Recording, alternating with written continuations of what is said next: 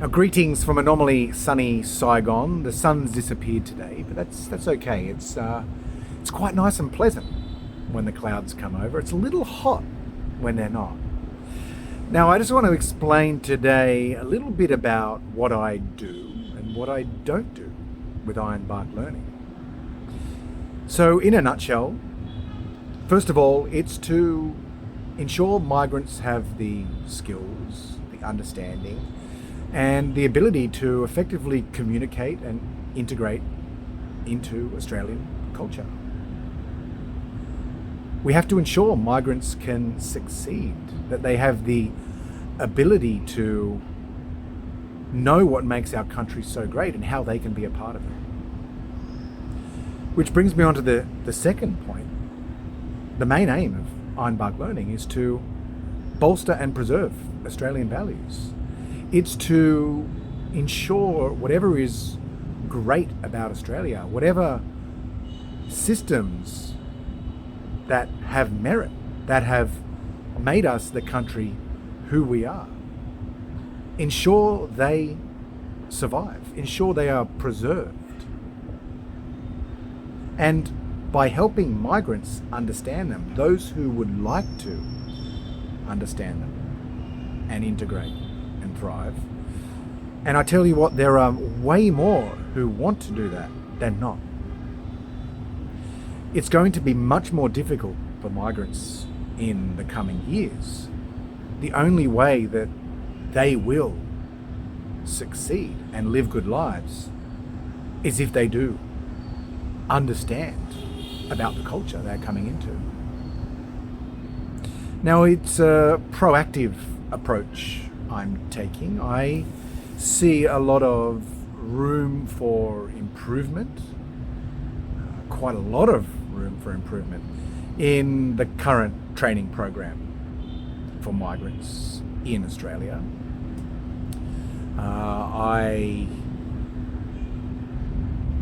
I can see areas where we can also make great impact through scaling up innovative programs in the private sector primarily, and from a grassroots perspective, once again with a focus on integration, preserving values and culture. Now, at the same time, yes, there is a debate, and this is where most of the debate seems to be focused on, most of the discussions are focused on, is the concern about intake numbers, sheer intake, and the origins of where some migrants are coming from. Now, that is a valid question, and it is a debate that is ongoing and is happening and will need to continue to be addressed by migrants, concerned citizens, business people. But it's not what I am doing with Ironbark Learning. That's a policy thing. That is to do with regulations. That's government.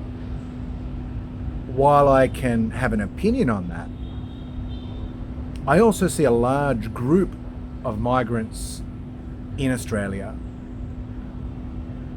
more migrants continuing to come to Australia.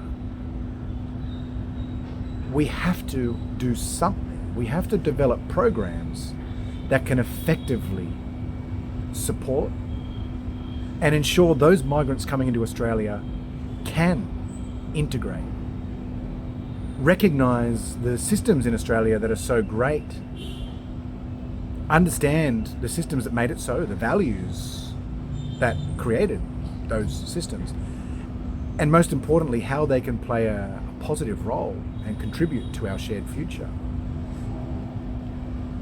So that's what I'm doing with Ironbark Learning. It's not only raising an awareness to the values of our culture to migrants, it's ensuring that they know how they can play an active role, how they can succeed, and then how we can preserve what we all love about Australia. Now, I'm saying that, I realise, from a foreign country, from Saigon, from Vietnam. Now, I'll be back in Australia in a few weeks. I'm actually coming back to Australia because I see a system that needs the experience that I have, that requires the passion and the input from my experience and from what I know, from what I can see that we can lose, and what kind of world we will have if we do lose that.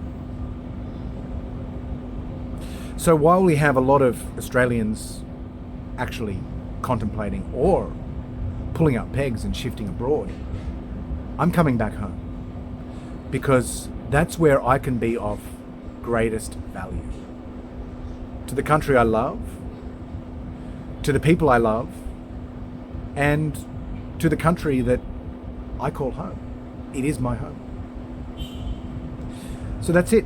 In a nutshell, it's a pragmatic approach to addressing the concerns with integration, to the concerns with migrants in Australia and how they can become Australian, and how we can ensure a cohesive and strong, enjoyable, and prosperous society moving forward.